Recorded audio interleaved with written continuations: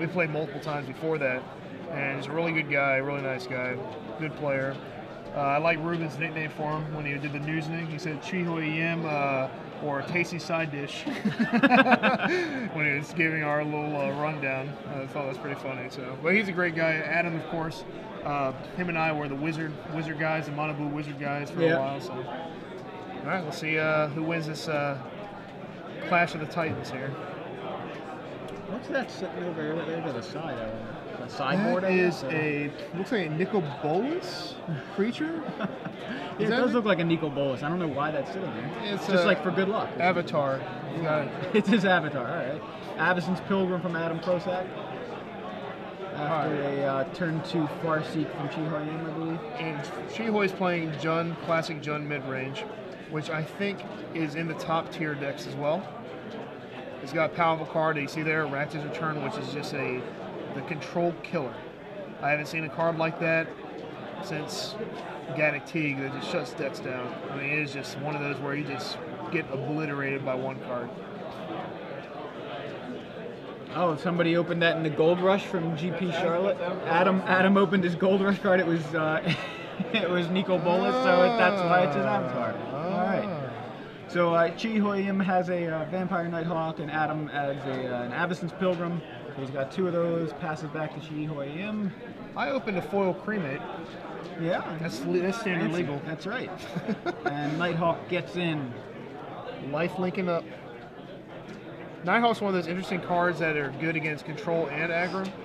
Obviously good against control for it being evasion and cheap. Good against aggro because of the death touch and cheap and lifelink as well. So they're very, very versatile cards. Thragtusk comes down to join the Nighthawk. If Adam gets Rakdos here after playing maybe a Thragtusk, I think he's going to be in a world of hurt. That should be for the remainder of his cards. Well, he's got a Garruk. Oh no, he doesn't. That's a Thragtusk. I thought I saw a Garruk in his Garruk would have been would have got blown out even worse due to the Rakdos return. So let's see. I think this is for all of his cards. If he plays a land here, yep. If he has a land, it would be for all, and there it is. This will be all of his cards. This is why this card should be banned. Ban it now. I hate this card. I loathe it. So Nighthawk and Thragtusk coming over into the red zone. Adam decides he's not going to block. Takes all 7. And he's going to be wishing he blocked here. I'm sad for him. No. Adam knew it was coming. I think his cards hit the bin before the Rakdos returned it. Just toss it in there. He's reading Prime Speaker, I think. Yeah, right? Prime Speaker Zagana was there. Wait, what does that do? Temple Garden from Adam. Draws a Temple Garden, plays Temple Garden tapped after swinging in with a couple of Avacyn's Pilgrims. And Adam does what I do. Put his hands in his pockets after his hand is gone. When you're a control player, you feel like you're a powerless mage when you have no spells in your spell book. So. All right, let's say Thragtusk and Thragtusk trade. Here comes Olivia Voldrin. I do not think he's going to play the other card in his hand, the other Thragtusk. Olivia here shoots his Pilgrim, gets bigger. It's going to become a super problematic card. There's a Brad Nelson Beast token. Can't see what's written on it. I will avenge you, my brother. Is that what that says? I think we play Olivia. I don't think we Farseek here. Yeah, there's Olivia, and I believe just pings away one of the Pilgrims. And Adam scoops him up. So we did get to see Prime Speaker Zagana that game. Right in the graveyard. It was just dropped into the bin. Adam Prosak down a game here versus Chihoy Yim. But these are 2 different decks than the ones we saw in round 1.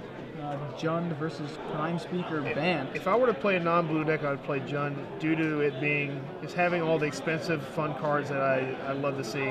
It still feels like a control deck. It has some elements of it, but this is the classic definition of mid-range. It's got a lot of creatures. It's all on the 4 mana area. -1 for Vampire, +1 for Thragtusk. It depends on Farseek, which puts into a mid-range kind of definition there. But it does, I mean, like we talked about, a lot of decks can be considered control or aggro, and we used to call them aggro control, but that term's out the window. Now we're mid-range. Yeah. People don't like to be called aggro control. They want to have a their own category here. Yeah, I mean, looking at if you ignore the creatures and look at the spells, you've got 2 Tragic Slip, 2 Dreadbore, 2 Abrupt Decay, 3 Liliana, a Sever the Bloodline, 2 Rakdos Return, 2 Bonfire, 1 Murder. Those sound like you could play. That could be Grixis Control besides the Abrupt Decay. And Garrick, yeah, definitely, I agree. It sounds like you could, if you put blue instead of green, you'd be playing a lot of those same cards as your control elements. I just saw another nasty one of in the sideboard here. We got 1 Vraska the Unseen, another 1 Underworld Connections. Another Rakdos. This deck is the worst matchup for Esper control. For Adam, he's hurting here because in his sideboard he's got 1 negate, and it's hard to depend on 1 negate for that Ratchet's Return. And Syncopate is much worse against that card than negate is, I think, because a lot of times you'll have hands where you have a Syncopate in your hand and you have a Garrick. What do? You tap out, you play your Garrick, right? Right. And with negate, you wait till you get to Garrick to open negate. I think in that scenario, and play like something else in that case. I think Syncopate's much harder to set up than negate is.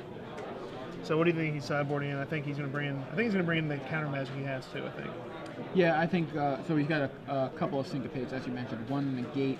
That's all the counter magic he has. Other than that. Maybe the Oblivion Rings. That's his only removal. Besides, he's got a pair of Fiend Hunters. For Garrick, that's his only way to get rid of Garrick as well. This matchup looks like a nightmare for Adam, actually, just looking it over. I think Adam's powerful card, Garrick Primal Hunter, is counteracted by the fact that Chihoy also plays Garrick Primal Hunter. Also, there's no better answer to Garrick than untapping and Rakdos returning him. And he ups it to 3 Rakdos return after board, and he has Vraska to eat Garrick as well. I just think this is a very, very tough matchup. Yeah, I was watching Reed Duke. He was he didn't stream it. It was for his article, playing Jund, and I'm pretty sure it was very close to this list. But it's such a powerful deck. It just has so many powerful cards. The only thing that feels like it's missing is card draw, but you even have that in Garrick. It's expensive card draw. Garrick is definitely a good card draw. It's hard to lose after minusing it. We got some openers here. I see Ratchet return again. Libasol. I don't see a lot of land. I see 2 land on this side. Absence Pilgrim from Adam will turn 1. Oh, we have a Farseek. That made that hand much better. Because he kept a 2-lander. He did, and he's going to be able to Farseek next turn. So locks it on Smiter from Adam's going to all right, well, get some aggro he has on. to Farseek here. And there it is. Dragon Skull Summon into Farseek. He does have Dreadbore, which might have been okay. I think maybe I would actually Dreadbore here. My reasoning is if you don't draw the 4th land here, which is very likely, your acceleration did nothing for you that turn, and the Dreadbore would save you from taking just a ton of damage. And now with the Resto Angel open, Dreadbore will not do anything. Well, he's not past the turn. Another Smiter from Adam and another Avacyn's Pilgrim. So it's doubling season on Adam's side of the board. If Chihoy doesn't draw a land here, he is in deep trouble. So we'll see. Alright, Chihoy draws his card. We don't see it. It's not land, it's Sever the Bloodline. And that's a killer. I think in this case, you have to Bonfire for 1 here. And that's what he's going to do. Bonfire for 1 takes out the double Avacyn's Pilgrims. And then pray to draw a land. Yeah, Adam's got Chihoyam on a two-turn clock at the moment. Knocks him down to 8. Threatening lethal next turn. Plays a land. Passes back. If Chihoyam doesn't have a land, he has a Liliana. We survive here. So Liliana, minus ability, of course. See if he has a Resto Angel. No. I think he has a bunch of land in his hand. Yeah, so Adam here. I see Cavern of Souls. I see another land. I don't know what the last card is. So if Adam attacks with a Smiter into I think he has to attack Chihoy. Yeah. I think it's not even an option. Yeah, and that's what he does.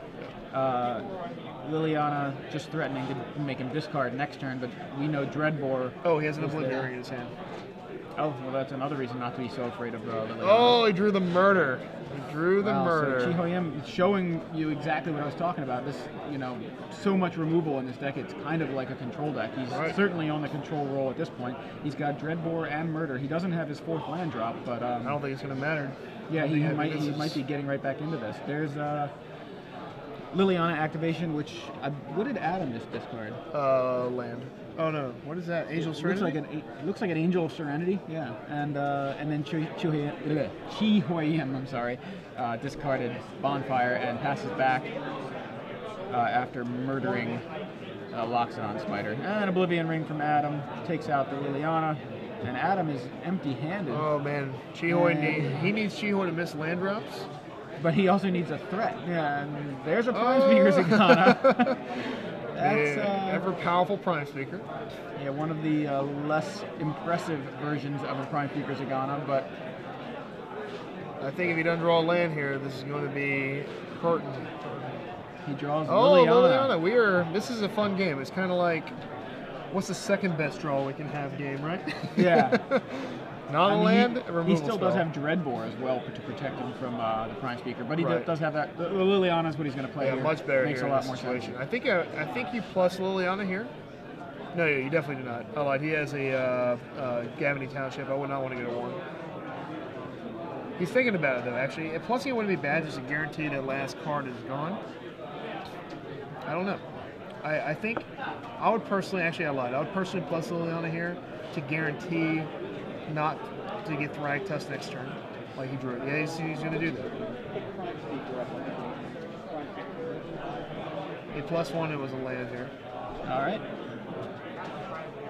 Zagana going to get in. We're going to show you guys that Prime Speaker Zagana and a Restoration Angel. Oh, we're going to draw a lot more cards here. So this is one of the nicer interactions with Prime Speaker Zagana. This is a much better one here. Swing in, blink, draw 3. There used to be Prime Speaker Zagana. Just a 1/1 for 6, which seems awful. But it gets it draws cards when it enters the battlefield. That's the big one. Draws cards equal to its power. Its power happens to be 1 plus the greatest power among creatures you control. So Restoration Angel makes that 3. That's all right. I think what's going to happen here, he's going to untap, he's going to kill both his creatures. We lost the gamble here. If he would have edicted him, Chi-Ho would have avoided that Resto Angel travesty. But he still manages to clear the board with Dreadbore and Liliana. Fistful of creatures now. I see another Angel, I see a Thragtusk, I see a Serenity Angel, and I see a Prime Speaker. Angel of Serenity will come down and join the party, and looks like he's going to get another Angel of Serenity, a Loxodon Smiter. I think at this point the game is... And it goes with the Restoration Angel. Quite a variety of cards.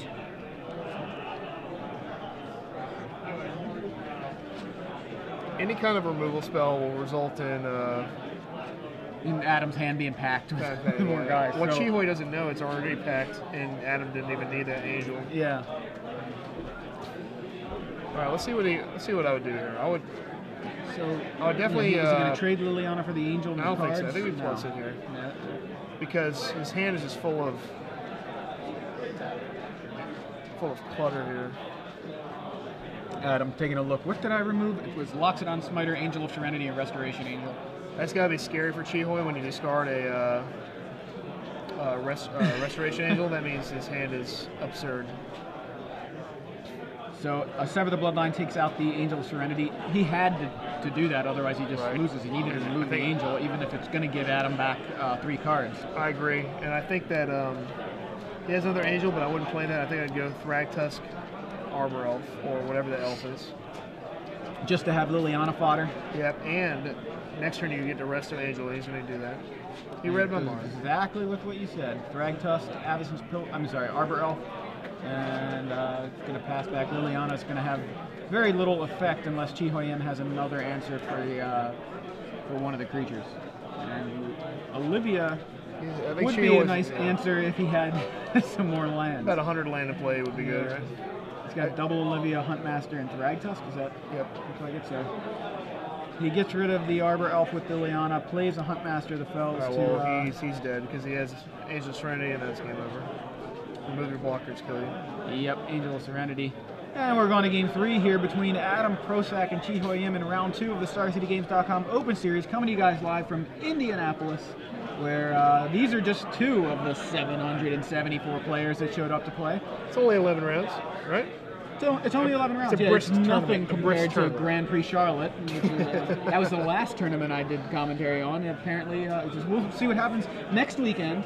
Is SCGGC. Yep. That was a previous record holder of the largest Star City Open of all time. I did commentary on that event. I will be in DC doing commentary next week. So let's see if we can beat Indianapolis. This is a shout out to all you East Coasters. We already have one player guaranteed going. That's myself. All right. We've got one. Shaheen will be there, and if only one other person shows up, it's you guys in the finals. There we go. I love the Open Series. I think players like Adam Prosak and Chi Hoi, players like me that don't have the time to grind Pro Tour qualifiers and try to qualify, have so many opportunities to go out and do well in Magic. And I think all you guys listening, you should really, if you haven't been to an Open, really go there. It's an experience. It's tons of rounds of Magic, which you don't get in your local area. It's competitive. There's lots of money to be had. Even a top 32 finish gets you money. I mean, it's just good money. It's a ton of fun. Trading. Yeah, trading. There are artists here. Ton of players from different from the further out than just your local area. So right. Tons of people to trade with. You mentioned the artists. A lot of times we'll have actual card artists like Eric Deschamps is at a lot of events. Just different Magic artists, and then we have alterists. And you have Legacy, which you can't get really anywhere else. And Legacy, if you've heard me rant over the last few years, I used to hate it and loathe it, and now, after again an unbiased opinion change because of invitational records I've had in Legacy, I love Legacy now. Yeah, Legacy is great. I think people, like I talked about earlier, people that love Legacy, this is the place to be. So. Yeah, I would say Legacy is my favorite constructed format, but I think the actual way it goes is Standard is my favorite if it's healthy. If not, Legacy is a close second. So if Standard's not healthy, if there's not like a deck that I love playing in Standard, then Legacy tends to be my favorite Legacy, format. Yeah, and I agree with you completely. It's my second favorite constructed format. Obviously, I'm a limited connoisseur as well. Sure. So it goes for me definitely Standard, Draft, and then Legacy. But before Legacy was after staring at paint dry.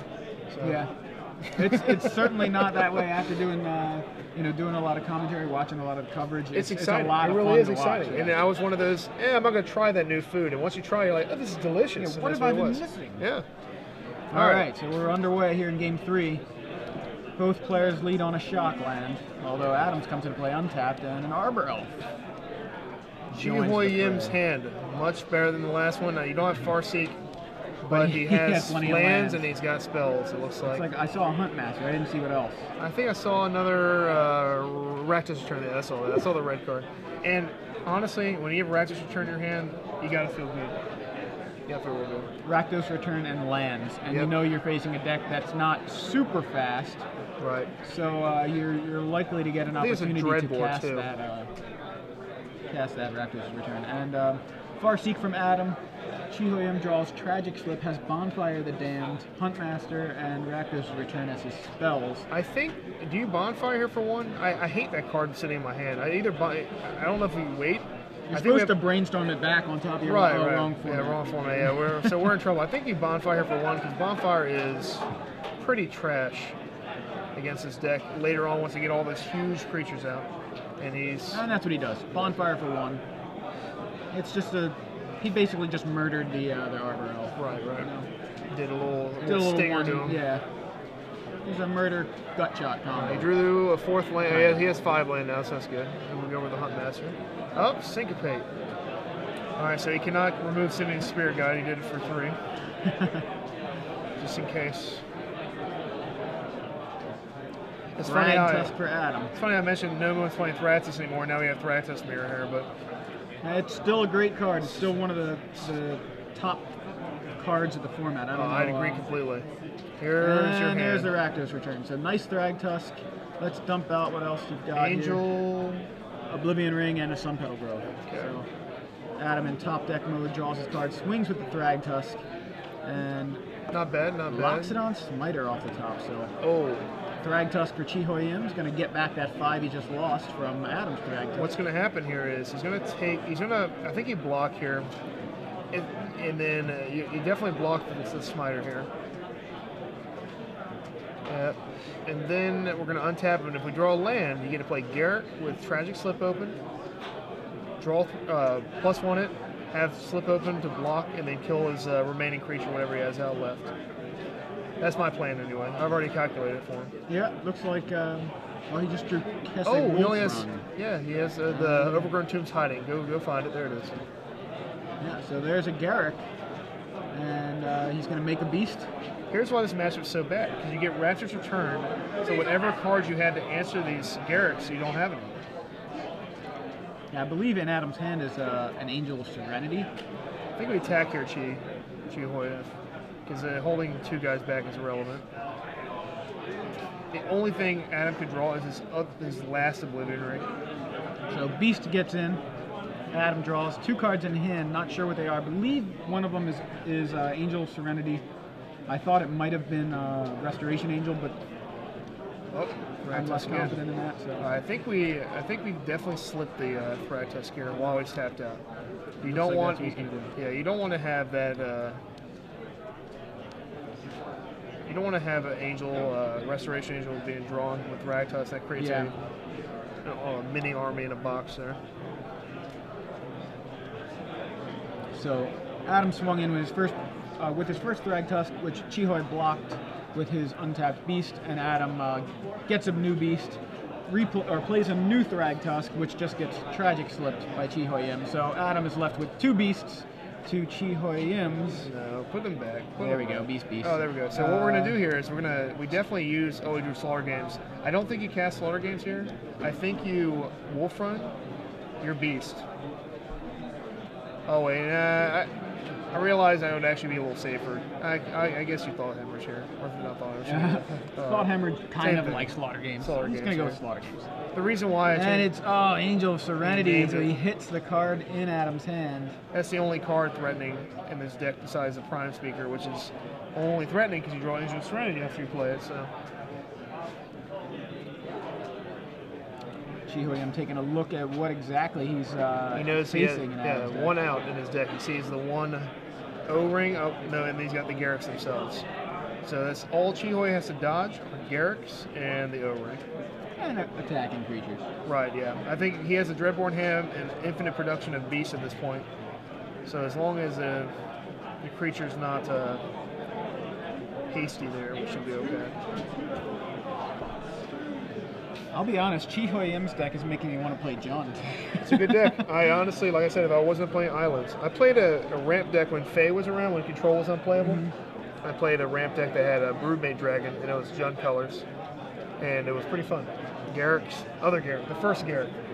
I've been wanting to beef up my experience with creature combat, considering I'm usually just wiping them off the board rather than actually attacking. So the Dreadboard takes out one of Adam's beasts. He drew it. And Adam one-outers. Well, not one-outers, yeah, but really few outers. Few outers. Luckily, Garrick. Chihoy has a Wolf Run, so this is still not going to be super good for him. Draws a land. He should calculate the damage before he plays an untap to see if the Wolf Running of that makes it lethal in a shorter period. You definitely play it because Adam can't do burst damage, and you definitely attack with both. All right, so both beasts coming in, and why did Adam not block? Oh, there we go. He did block. He's saying, he's pumping the one he didn't block. Yeah, and Kessig Wolf Run pumps the beast, and Adam plays a Sun Petal Grove and passes back. So both players empty-handed, but Chihoyim with a beast and a Kessig Wolf Run in play, and that's it. Chihoyim takes the match. Third game on the back of a beast and a Kessig Wolf Run.